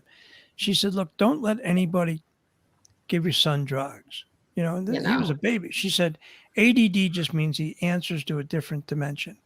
I like that one. I went and saw this Write that down. world famous Harvard, speaker who was talking about ADD, and he had it, his kids had it, and he gave this brilliant talk. But what stuck with me was he said, you got to understand, when you have a kid with ADD, there's two kinds of time. There's now, and there's not now. That's all that matters. Yeah. And not now doesn't matter. It's now. So, and I understand that, so I'm glad we didn't wait till 2022, you and me. I really am too. But I would love to have you back on again once that third book comes out, and we can Yeah. discuss all the things, and I'll have the first book read by then, and the third. So Good, because I'm going to keep texting you until you do. I'm gonna get the audio. Yeah. I'm dying for the second one to get the audio, dying for it. But it should be coming soon, and in fact, my publisher said it's going to be it's going to be that before the show. another launch. Yeah. Yeah. Well, you tell your publisher. Yeah. You tell your publisher if it's not done soon, the crazy redhead's gonna be on the phone too. How's that? Okay. Well, I try not to threaten people who help me get book published. It's not a threat. It's not You a tell her. threat. It's not It's a that, it's a promise. promise. I love Lisa Hagen. She's amazing, and Hi, Sarah Lisa, we love Scarlett. you. Yeah, she's magnificent. How was your publishing? Were you nervous when you first brought the book? Well, I got to tell you something. I wrote the book, and I never experienced. I never wrote a book, and never thought I'd write a book. I went and saw a bunch of people who had written books to figure out what do you do next, And there's a brilliant guy named Mike Leonard who wrote a book, and he was on Good Morning America years ago, and he had learning disabilities and played hockey for Providence College. I just saw him the other day, and he lives in town here, and he's kind of a celebrity. And he wrote a book had nothing to do with metaphysics, but but he buys into this completely, The Ride of Your Life. So I said, how does it happen?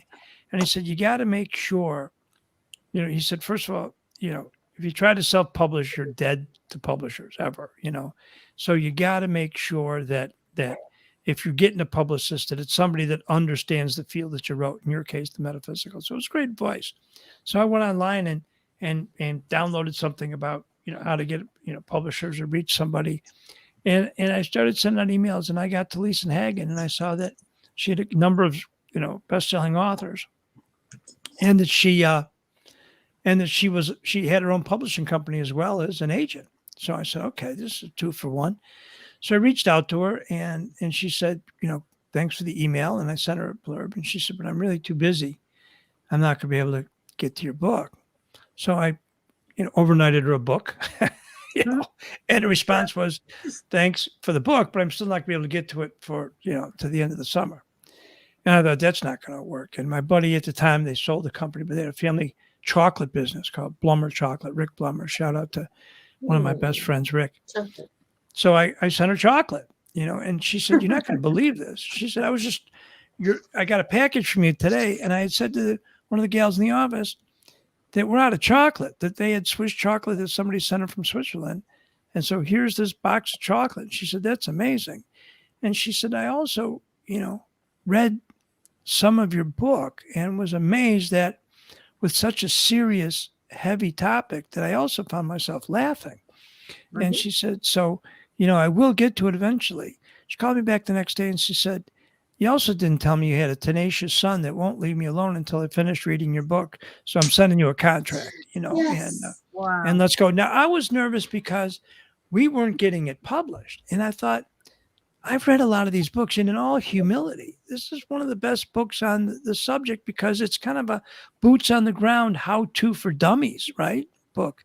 Right. And I certainly didn't walk in here, with tambourines and dreadlocks. I had no I idea know what was going on. you weren't like sitting up on top of the mountain meditating. No, with at an the- ashram, right? An Yeah, ashram. Yeah, right. None of that. So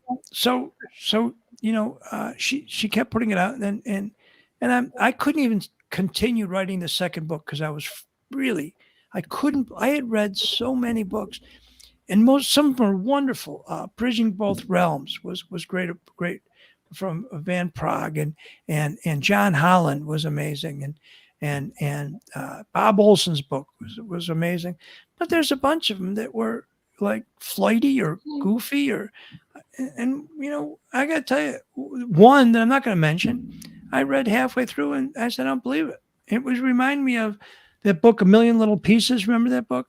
Yep.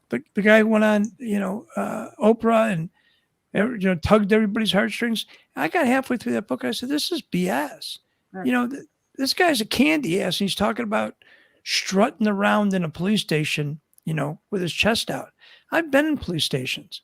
Mostly it's hard to get to your hanky because you're crying because you're so afraid of what, Right. So, and I'm I'm a whole different caliber than this guy. So I threw the book and it turned out to have been a fraud. So there's been a couple that I said, not many, but some are dry, some are a little flaky, and some are just, I didn't question. This was a great book and she finally said, "Look, I pulled the offer from every publisher. We have a publishing company. I'm publishing the book and it'll be out by Thanksgiving." And I've been eternally grateful for her since then. Somebody said, "Do you want to go to a major publisher with the second book?" I said, "Nope. I want to stay with Lisa Hagen for the second." You dance with the one that brung you, If it ain't broke, you don't fix it. Yeah. So we're going to keep writing books and publishing books. And the second one is a wonderful book. We're so proud of it. Hello, Michelle. Hello, Michelle. Yep. Yeah. So that's trying for a lot of people. What people don't understand is, they think, "Oh my God, I write to like 3 publishers and they don't get back to me or they deny me," and then they like give up.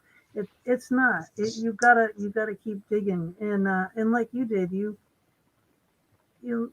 again. When I say you're intuitive, you're a little bit more than that because you knew this was the right one and you pushed it. You sent the chocolate. I sent it to her. It was great. And then she was so happy. She has a partner. We sent her partner a 10-pound chocolate bar.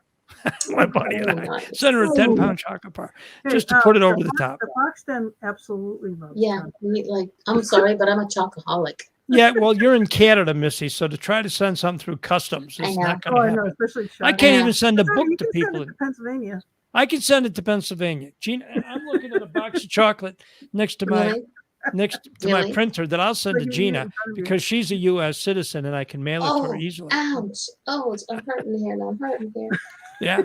I got. Wait a minute. Yeah, but I got both your books. I know. But by the time Gina gets my chocolate, she'll have read the first book. That's right.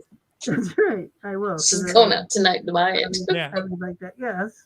So when you later on send me a mailing address on the instant messenger, Twitter, whatever the friggin' thing you've been sending me stuff on. Meta. It's no longer Facebook. I keep looking. It's like, is it on my phone? Is it on the? But I eventually dig it out and find it. But I'm like one of those, one of those dinosaurs with the short arms. I'm trying to figure out how to work. Tyrannosaurus Rex. Yeah, I'm like a T-Rex. Well, I was like that with this venue that we're using right here. Yeah. And it was Mama D that I like this one a lot. This It's is a good good. one. If you want to start a show, this is the best place to go. Yeah, I StreamYard like it. is an amazing. Yeah. It's Yeah. created by two Canadian boys. Oh, God bless. Well, It's a I got to good- tell you, gotta you be know, known for something. I happen to be a big fan of Canada, and for years I had a folding chair, had a maple leaf on it, because I had picked it up in Canada, and I always keep a folding chair, and I wore it out. I'm on my second Buffalo Bills chair, because you wear them out, throwing them in the Jeep, and sitting at the grave, and so. But I started with a maroon cloth chair with a white maple leaf right in the middle. That was for you, Mama D.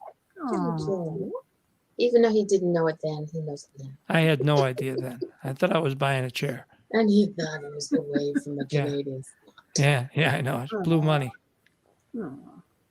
It's Yeah. not I blue. miss going up to my husband's grave is up in Massachusetts, and me being down in Pennsylvania. And then when COVID hit, I couldn't go up there really. And I just went up not too long ago, and I went to the grave, and I'm like, oh my gosh. And I didn't have cleaner with me, and I almost went and got it and came back. But I'm gonna be going up there again. But I gotta clean the stone. It's like, oh my gosh. There's some good granite cleaner you can get on Amazon, and so I have a little routine that I do all the time, and it seems to work for me, Well, you have to send me what it is on the messenger, like the little link, little I will. thing on Amazon. Yeah, send me that. Same so I- place. You know what? You could probably When I go to pick up- Amazon the same time you're ordering my first Yep. book, and order the granite cleaner. Oh, I order through Amazon all the time. Amazon lives here. Every day we get packages from Amazon, whether it's for me or for Bob, for Vortex, for Bob, for me. It's like I don't go to the stores anymore. I just do I know. Amazon everything. Yeah, my Everything. wife's the same way. She most of her practice is on Zoom, and she's a therapist, and people don't used to come to the office. Now she can be in her office on Zoom. I can bounce around the house in boxer shorts and go take a hot tub and not interfere with anybody. She doesn't even throw me out of the house too early anymore. See, that's why she doesn't mind you going to. To Florida for a while. Oh no, she's So don't go on. He's going. she doesn't even pretend. She didn't pretend she was gonna miss me. No, I think I like. because she knows you'll be back. That's the whole Oh point. of yeah, it. right. And far too soon, Mama D. Far too soon. Good. All right. So reeling back into what goes Yeah. on with the book and everything like that. But when people come up to you after they've read the book, or are they Yeah. like the disbelieving people? Like I got to deal with these people all the time too. Like, oh, that I believe don't. this. I don't. I believe in don't. that. I You don't. I mean, the truth of the matter is, I was raised in a family with 10 kids, and we moved from the city of Buffalo to the suburbs when I was like 5 or 6 years old. And the neighbors hated us. We had 10 kids. We had spontaneous football games. We had bicycles and dogs, Mhm. and the neighbors hated us. There's a couple lovely ones that didn't hate us. Most of them hated us. So I grew up, knowing I was loved. There's a great quote that a friend of mine gave me and said, "The unassailable self-confidence that comes from a childhood insulated with love." I was loved. I was loved by my mom, my dad, my brothers, my sisters. I was the youngest. I was the baby. I was loved. I Well, knew he that. was spoiled. So that allows me to go off the reservation, and I can write a book about, communicating with my beautiful, loving son who crossed over. And if you don't like it, I don't care. Right? Mhm. One of the first interviews I did, they said, "What do you tell skeptics?" It was a radio interview, who are, just don't buy what you're talking about. I said, tell them, put on talk radio, tell them change the channel. I don't care. I don't care. But what I do care about is that mom and dad whose heart is broken, who don't know where to turn, who don't know what's next, who has no idea, they've been put into this situation that they've never experienced, never thought of happening, and they don't know what to do. That's what I care about. I care deeply about that. I would run through fire for those people. Yeah. But the people that don't want the message, don't let the door hit you in the ass. I don't care. Do something else. It doesn't matter to the age of the child that you lose. It could be, No. it could be a stillborn. It could be a baby. They can still come back to you. Sure. We've heard that. We've dealt with that. Chris channeled that. A lot of things have happened. Right. there's so much in the paranormal field that I've experienced and witnessed, and there's so much still yet, that I've heard other Oh my people God. experience and witness. And then what just really butters my biscuit Yeah. is the fakes. When people fake things or fake psychics or fake this, and they're out for just the money. So people just be leery. And if, the little hairs stand up on the back of your neck when you see somebody and they're not quite, jiving with you, leave. Yeah. Just walk out, because there's Right. so many good psychics out there that will I believe agree Yeah. 1,000,000%. And I'll tell you, it's rare. In this day of internet and reviews, it's hard to be a charlatan, I think, these days, because what is it. somebody's going to figure it out. Very, Yeah. very easy. They fish, they do this, they do that. You know what I mean? I've seen, it's like, I remember, I was a car dealer. You know what I mean? I was a There car you go. dealer. You're not going to fool me, right? You're not going to sell me a bill of goods. Con. You're not going to. I was never a con, but I was a pretty good salesman. But you're not going to hustle me, right? Yeah. But I do think that mediums are like chefs or relief pitchers Mhm. or goalies, right? There's some good ones. There's some great ones. Yep. And there's some that just aren't up to the task yet. They're just not varsity, and that happens. I've been so fortunate to be Tony Russo and Sherry Jewell and Andrew Anderson and Thomas John. I mean, these people are outstanding. Yep. And I have never once been disappointed. But there was another one, a pretty famous medium, and somebody introduced, and I did a reading, and it didn't really flow. And I think truly what that was about was that woman wasn't my cup of tea, and I don't Exactly. think she was Christopher's cup of tea. A little bit, Yes, exactly. a little bit of a stiff, right? Then too, your spirit that you're trying to communicate with might be busy that day. He might be. Well, more importantly, I think they don't want to connect with somebody that they just don't take to, right? Yeah. Absolutely. That's just my experience. Remember, Yep, this is my experience, strength, and hope, not anybody else's. Interview that we just had the other night that Bob and I did. We were kind of talking on this subject, like bringing a skeptic into an investigation can ruin your investigation, because that negativity, just the spirits just leave. They're like, well, I'm not going to put up with this. We're coming here to talk to them, and here's this guy going, well, I don't believe this, and I don't, and then everything around there. There's trying to debunk. Just don't go, right? I saw a woman. I was in a small spirit circle. It was Thomas John, who's a really good medium. And there was like 8 of us. Well, one guy's sitting there like this. The woman dragged him. It's like, hey, lady, this isn't a hockey game. You know what I mean? You don't bring him here. And now, fortunately, everybody else got what they wanted. And this guy went home the same scowling douchebag that he was when he came in. But don't bring him, right? I mean, because you're right. It's all energy, right? We all talked about that. And so you have somebody lowering the energy level with negativity or scowling, move on, sport. This isn't for this isn't for people who want it. This is for people who need it. Need to get this message. Yeah, they need to get this message. Yeah. And that's important, and they won't understand that until they experience the loss, the one that cuts them deep, Right. And maybe even then, they just won't, but I will tell you, your audience, if somebody, there's skeptics in my family, and that's okay. Mine too. I'm not trying to convince anybody of anything, but there's also people who've lost their parents who are my siblings that come through to me, and I can give a message, and I can get them readings, and it all comes together in this wonderful circle. But if it's not for you, fine, but don't try to. It's like dragging your kid to play soccer if he doesn't like soccer, right? Yeah. Dragging him there ain't going to make it any better. It's just going to screw it up for everybody else. Stay home and play video games. Whatever. Exactly. I mean, and no matter how much proof and like hardcore evidence I can show people, they still be like, oh no, I don't buy it. I got apparitions walking. Hey, They're totally void of any kind of heat. They're walking back and forth and back and forth. And That's that's not, okay. You know what I mean? you know, and it's like, Here's what I've figured out this last lap around the track. I'm around in third, right? So everybody gets to do what they want, right? Mhm. This is in my world. Everybody do what you want. And if this isn't for you, God bless you. Tell your story walking. Move on. It's okay. But if it is, all you need to open the door a little bit. mhm. And I had a woman one time, I was doing a presentation with Jen Weigel, who's this lovely gal. She's like a Pied Piper of all this here in the north side of Chicago. And this girl said to me, my sister died 3 years ago and I haven't heard anything. And I said, really? What have you done? What have you done to set it up that she can come through? Mhm.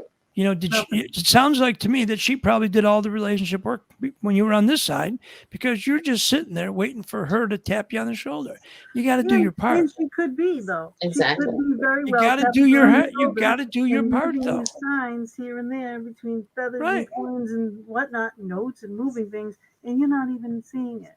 And Yeah. meditation is a huge part of it. It is. Huge It part of it. is. It's massive. And the thing is, a lot of people think that meditation is sitting on the top of the hill, and it's not. No. Everybody does meditation differently. My Yes. best place, and don't tell my husband, but the best place for me to meditate is when I'm doing dishes, because I Yeah. connect through the water. gonna be- Perfect. Water's Yeah. big. I Yeah. do it here, and I align my chakras. I have candles and sage. I have a picture of Chris. I have a chakra chart, so I don't think you can screw it up, but get it in order. And it's kind of just a routine for me. Yeah. Like doing it the right way. And then I breathe in when I'm doing a meditation. I'll breathe in at every level of the chakra. Yep. And then I hold my breath for 7 seconds, because somebody told me 7 seconds. Yep. You know what? Should it be 8, 6? I don't know. 7 works for me. And Each then I person works breathe their own out way. Yeah. and I say Chris's name. Oh. And I do that at every chakra all the way up. Mm-hmm. And by the time I'm done, Chris is coming through. And it used to be toward the end of it, he'd come through. Now, the minute I start it, he's already here. Yeah, because it takes time for both of you to get used to it. Right. We had to You know. learn the routine. Exactly. And that's the thing, anything at all that you want in this world, what do you got to do? You got to do the work. You have to do the work. You got to, there's an old saying that says, pray for harvest, then pick up the hoe. You know what I mean?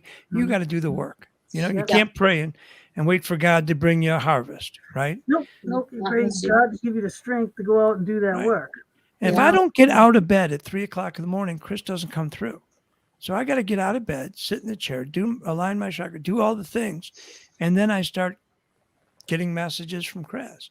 He's not going to start coming over and handing me a loose leaf binder and a pen, and while I'm in bed watching television, and give me messages. I got to do my part. I got to do my Yep. prep, Yeah, exactly. And you got to get on that vibration. You got to Yeah. get on that level. So that's why Yes. the meditation comes in, and that's when you got to Right. get yourself into that zone. 100%. Yeah. And that's what some people forget, is you actually have to do the work. They Yeah. just, like you said, people are waiting to hear from their sister, their loved one, whatever, but they're not paying attention to the sign. And paying attention means doing the work. And you means got to raise getting your up at level of 3. consciousness. Exactly. Right? You Right? have to be They're up open here. to it. We're, Yeah. we're like spiritual slugs, right? So we've got to Yes. work hard to get up here. Yep. And they've got to lower theirs a little bit to connect with us, but they can't lower it low enough to get there where we are now. We have to raise our Yeah. level of consciousness. Mhm. And that's where the magic starts. That's where it Right. hits, That's where the rubber meets the road. Right. So Okay, the I thing have is with to, I people have to too, say that- something quick, okay, Yeah. Jean? Out of all the shows we've been doing, I think it's been over a year now. I Yeah. think this is my most favorite show. absolutely. Yeah, we're not even done yet, kid. No, I know. 100%. But I do believe too that when people lose a loved one, first things first, you know what I mean? Before you can get into all of this, right? You got to deal with your grief. You got to Oh, allow yeah. yourself to grieve. Like when my husband died, I didn't get to grieve because I went into full battle mode, and everything, because it was just me, it was just me having to do all these things. My family came in and stepped in and helped me with the funeral arrangements and such. But I mean, I had to close down businesses. I had to do this, I had to do that. I was busy all the time. And it was like, I never really took the proper time to grieve. I did it in little bits, but I really think it's important to take that time and grieve if you can. You I can't gotta let tell you, your I'm life still go on grieving. pause. You know Gina, what I mean? I'm still grieving. Of course you are. Of course You you know, are. And so am I'm I, going to be you know? grieving the rest of my life. Right, right. And I allow myself that. I'm not Exactly. over That's it. this. Allow it. Allow it. It's Yeah. natural. It's right. It's what you should be doing. You know, I had a and healer come up to me one time and say to me, you want to be over this? And I said, No. no, I don't want to be over this, but thanks for offering. See you later. No, I I know don't what. want Were you going to brainwash me? You gonna I wipe off love, my Yeah, there's face? nothing I'm a healer. I'm a Reiki master. And Yeah. there's nothing any healer can do to make you get over it I don't until want to you're get ready over to do it, if you're Well, ready to do I it. want, And nobody can tell you how long to grieve for, and I'm which going really to, irritates me. I will function. I'm a high functioning guy, Mm. but I will do it with a piece of my heart broken. Yeah. So so you ask me, when do I think I'll get over this? Never. Never. When I'm connected with him on the other side, Yeah. that's when I'll That's be when over it'll this. be. Yeah. And that's fine with me. It's the pain sometimes is directly proportional to the Mhm. love, right? Yeah. So I don't want to lose that connection. And if Right. it causes heartache or every day when I have a little mini breakdown, so what? That's a Mhm. small price to pay for that much love. Exactly. But Exactly. my point was with my whole rant there was where I was going with It was a good rant, though. I liked it. Thanks. Yeah. Yeah, But Dinah. there's a point, and it's like when someone loses someone, you know, and especially like a child, and you don't think that you can connect with them, automatically, first things first, just start telling them that, you know, hey, Christopher, I will be reaching out to you. I will be trying to communicate with you. Please stay with me. Please bear with me. Please, please, please don't leave me, and let me find the proper channel. You know what I mean? Just know that there's a thing, but start talking like you would to him if he was still alive, or Yeah. her, or whoever it is. Just start talking to them like they were still right here, because they are. And and just say, look, I'm gonna try to get in touch with you however I can, whether it's through paranormal people, whether it's through a medium, whether it's through a reader, whatever it is, Right. try, but just start talking, because they are there, they are listening. I talk to know Chris that. all the time. I'm I driving, know listen to that. music. I talk to him all the time like he's next door to me because he Exactly. is. Because he is. And he hears Yeah. it. And he tells me he hears it. He hears music as vibration, right? Mhm. That's what how did I know that? Because that's what he told me. I didn't read Yeah. that in a guide. That's what he told me. So I know it's true. And you were talking about the colors that he sees too. It's Yeah. so He said so the amazing. greens, the blues are so vibrant and so gorgeous, like you've never experienced. Mhm. It's a whole different world. And he sent Because me you some see through beautiful. feeling. Yeah, yeah. So I can't tell you, you guys that are listening. I mean, seriously, if you haven't even lost anybody yet, or you're interested in this field at all, this is a great insight to the other side.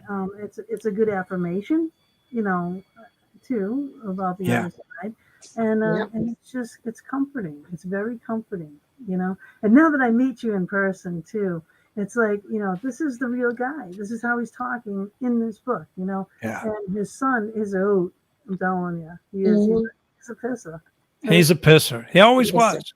He always was, and he's no different. I will tell you that at one point he said to me, Dad, I'm getting to another level. And I was a little concerned. Like, does that mean our connection is going to be less? He said, look, Dad, it's like me calling you from either Tucson or Los Angeles. There's no difference to you. We're going to still have that same connection. Yeah. But they go up, he was going up on a level of grades or promotion or whatever, and he was Mhm. reaching a higher level. And to this day, we still connect, all the time.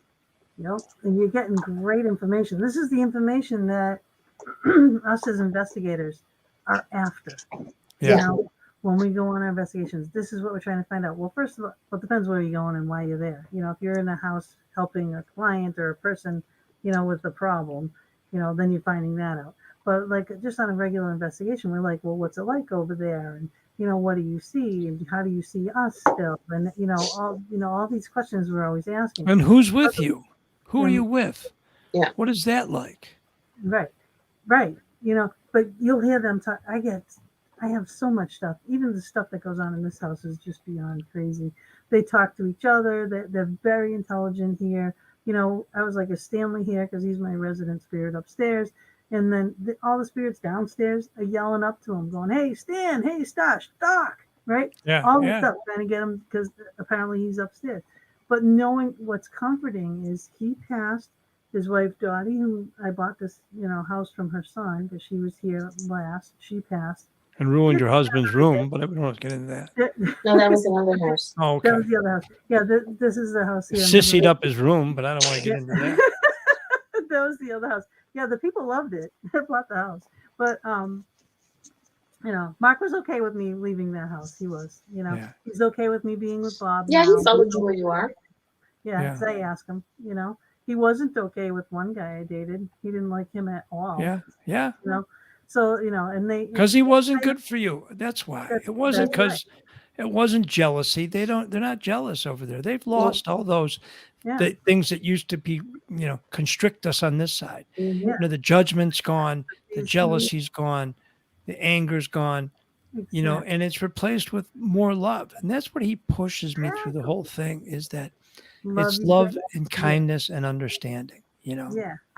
Yeah, You know, and you can tell that that's from a loving family because that's Henry where that basis comes Henry from. James says that 3 things in life are important.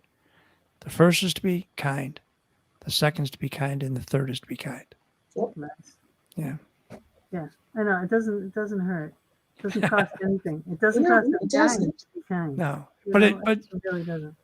but if you look at anything like life reviews or things like that and you say, wow, when I'm looking at that screen when I cross, I want to see a kind guy.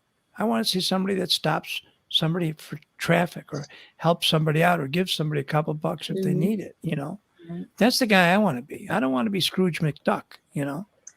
That's what you've done. That's funny. That's true. That's true. Because then you get karma that you got to deal with when you're Karma. like that too. There's one thing that I want to, I know we're getting closer to the end here. I know. And- I can't believe it. And there's a quote from Haruki Murakami. Now, could you imagine that I'm sitting here with my brush cut quoting Haruki Murakami. And the quote is, once a storm is over, you won't remember how you made it through, how you managed to survive.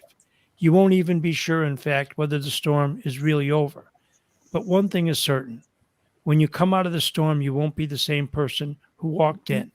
That's what storms are all about. Yep. Man, Yeah. that's beautiful. Very, very true. We got to write all these things down and And he's gonna copy and paste it for us. I'll send you some. Yeah. yeah, you I'll gotta send you send. some. We gotta put it in the comments and stuff. Yeah, well, send me an email so I don't have to deal with this whatever instant messenger crap we've been dealing with. We'll send you an email. Okay. And then she'll forward it on to me. Yeah, there you go. I will. Let me do this too because we are coming to Right. near the end anyway. So these are the 2 books. So we have them in the corner, but you can see them bigger here. We're not done yet. Pop, My Lessons from the Other Side. That is book 2. My Search for Christopher on the Other Side. That's book 1. That's the memory that I made for Christopher in the center. That's beautiful. I love it. Oh, thank you. And I do. I'm just like so saddened by that whole thing anyway. But here's the website, mysearchforchristopher.com. His email, jbmcquillen, and McQuillen @gmail. Yeah, reach out, folks. And also, if you want to go to YouTube, there's some amazing other interviews and stuff like that. If you haven't, if 2 hours isn't enough of me, which 2 hours is generally pretty much enough of me in most people's lives. So, No, I don't think so. Imagine his wife. Sorry, yeah, that's it yeah, for the right, last- right. She's like, oh, good, he won't be bothering me for 2 hours. There you go. Oh my gosh. I know. Like Bob is like, you have 2 shows this week? Oh my It's gosh. like freedom. Yeah. Bring him on. My husband's like, feed me, please. Okay. Yeah, fine. I know, There you I go. know. Eat. Oh man, we could just talk for hours and hours and hours. I was going to say something else here, and then I've like lost it. I don't know why, but I did. Gosh, what the heck was it? It was important. Thanks for it. I wanted to ask you. I don't know. It'll come back to me, I suppose. And if it doesn't, maybe it'll be on. Well, you can either messenger me or I message or whatever that is, and I'll answer you. Yeah, the Facebook Messenger is where. That's It's what not Facebook anymore, people. It's Meta. And that's META. Facebook. It's always going to be Facebook. I know. Yeah. It's always going to be Facebook. Facebook is changing its name. It is. I still It call is. Muhammad Ali Cassius Clay. So what do I know? You know. Oh, there you go. There you go. Oh yeah, sports. Oh my gosh, you guys, you got. Explain what these things are behind jerseys. you. The jerseys. Oh, I grew up in Buffalo, New York. I'm a big sports fan. The family's a big sports fan. So those are Sabres jerseys. One's the French Connection, which is this famous hockey line from Buffalo that we're all French Canadians. Gilles Perreault, René Robert, and Rick Martin. And the other one's just Gilles Perreault. I've got over in the front wall is the 1980 Olympic hockey team with all 20 members signed. The golf outing, Jack O'Callahan, who was a member of the 80 Olympic team. If anybody saw the movie Miracle, he was the player that every woman fell in love with. And he was generous enough to send me his autographed jersey from the Olympics that I had framed. And it was one of our premier items that my son actually ended up buying for $2,000 with his college money, which was fine. It's his money to do whatever he wants to do. But you know, so it's just, I have a lot of sports things. Chris and I spent a lot of William too. Sports my son-in-law's time office together. is like this. So how many children do you have? I have 3. Christopher's on the other side. Mm-hmm. I got Caroline, who's 25, went to Marquette University, taught in Milwaukee for a year, and now she works for me in mortgages. She's in Iceland right now for 4 or 5 days. She's coming home tomorrow. Nice. She's one of those kind of people that just, adventure spirit. And my youngest, William, is 22 years old, and he's at Boulder. And, he'll be coming home for Christmas in December. He's going to meet us in Richmond for this wedding for my nephew, and then he'll be coming home with us. So, and Will has like a big. Will wrote this beautiful paper called The First to the Worst. And Will's all in. He's been to Andrew Anderson. He's gone to mediums. He knows that Chris is part of his life and always will be. Right? So I'm watching out for him and watching out for Caroline. Caroline's slowly coming around to this stuff. And you got to understand that just because I experience this and I write this, it's not my job to impose it on them. They have their own grief and they have their own stories. Yeah. And they have to come to their decisions on their own. They want to help or an answer a question. I'm there. But this isn't for me. This is my journey that I can share my experience, strength, and hope. Right. And that's all I do. And if it heals a heart or gives somebody comfort, then Chris and I are doing our job. That's right. Yeah. This is like AA. Why AA works is because people, like-minded people, are gathering together and sharing their experiences, and helping each other. And you got to give it away to keep it. That's right. I know when you said to me, what do you do for people? Anybody that emails, anybody that messengers or texts or, Facebook, I respond to, because I've given this amazing gift of connection, $1 million gift of connection, and knowing what's next, right? I'm giving this, but I can't hoard this gift. I'm giving it, and that's good. Look, we're giving you the green light to get all this info, but you got to share it with people that need it. And that's what my job is now.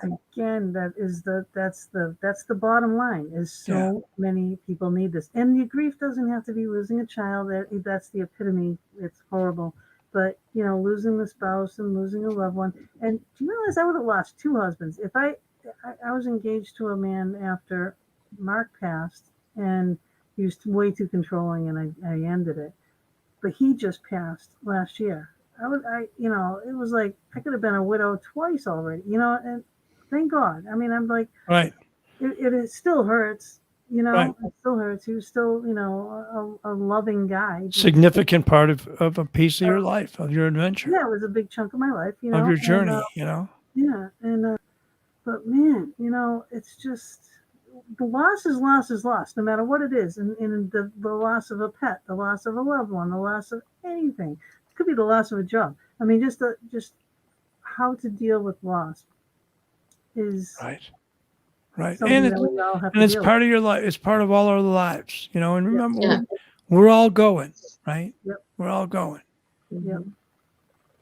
Yeah, you can't I just think, isolate yourself. You can't be like, oh, you know, I'm not going to deal with anything because if I just go live in the, igloo up in Alaska by myself, away from everybody, it's still gonna get you. Right. it's still Right. going to hurt. Yeah. We're still going. It Yeah. doesn't matter where You cannot hide. where your destination, what matters, not where the origin of that trip, you know, because we're all going. Yeah, my phone just went ballistic. It was like sending messages, like blinking up, not on a message on It was anything. Joe. No, Joe's not doing the instant messenger thing on No, Facebook. it's not. No, it's not even an instant message. It just things like Hmm. I don't even know where it came from or how. It just popped up on my outside screen. It just like lit up, and it looked like there was a conversation. Never done that before. Okay. I don't know. Very strange. Mhm. But we're down to 3 minutes, and Okay. Joe, thank you so much for just sharing so much with us in your life and your passion and the love of your son and how your son's with you. It's just amazing to me. You're amazing to me. And you're a gift. You're a gift to Thank you. a lot of people, and we appreciate you. Well, Mom, appreciate you both very much. I really do. Thank you for I having haven't, me on. I haven't seen her this happy in a long time. Yeah, that's good. Yeah. Someone. Keep That's because, smiling, kid. yeah, Christopher's here and it's like, mm-hmm. Yeah. Yeah, he'll do that. He'll brighten your day. He has a way to do that. Oh, that is so special. It's just ultimately special. So everybody get in touch with Joe McQuillen. Share the show if you have anybody that's dealing with any kind of loss, or just share the show. Just share the show. Yeah. Because you don't know who's going to see it that's going to need it, And Joe's here to help a lot of people, and that's his Yeah. goal. He's willing for you to reach out and send him an email and he will answer it. I sure will, I promise. Yeah. All right, ladies. We will see right, you Joe. all Thursday on our regular time. Thank you. Enjoy your regular show, and thanks for making time for me. Sure do appreciate Get a it. rest. Yeah, stick Bye-bye. with us for a minute. Okay. All right, Hang on. we'll see you all on Thursday, guys. See? Thank you again for joining us for another episode in the Fox Den. We're here every Thursday evening from 8 to 10 p.m. Eastern Standard Time, bringing you a variety of guests, streaming live on Facebook, YouTube, and our Anchor venues. We would love it if you would go to our YouTube channel, The Fox Den with Gina B and Mama D, and please subscribe, share, and definitely hit the notification button to never miss a show. We'll see you all next week, and subscribers, watch for our pop-up shows as well.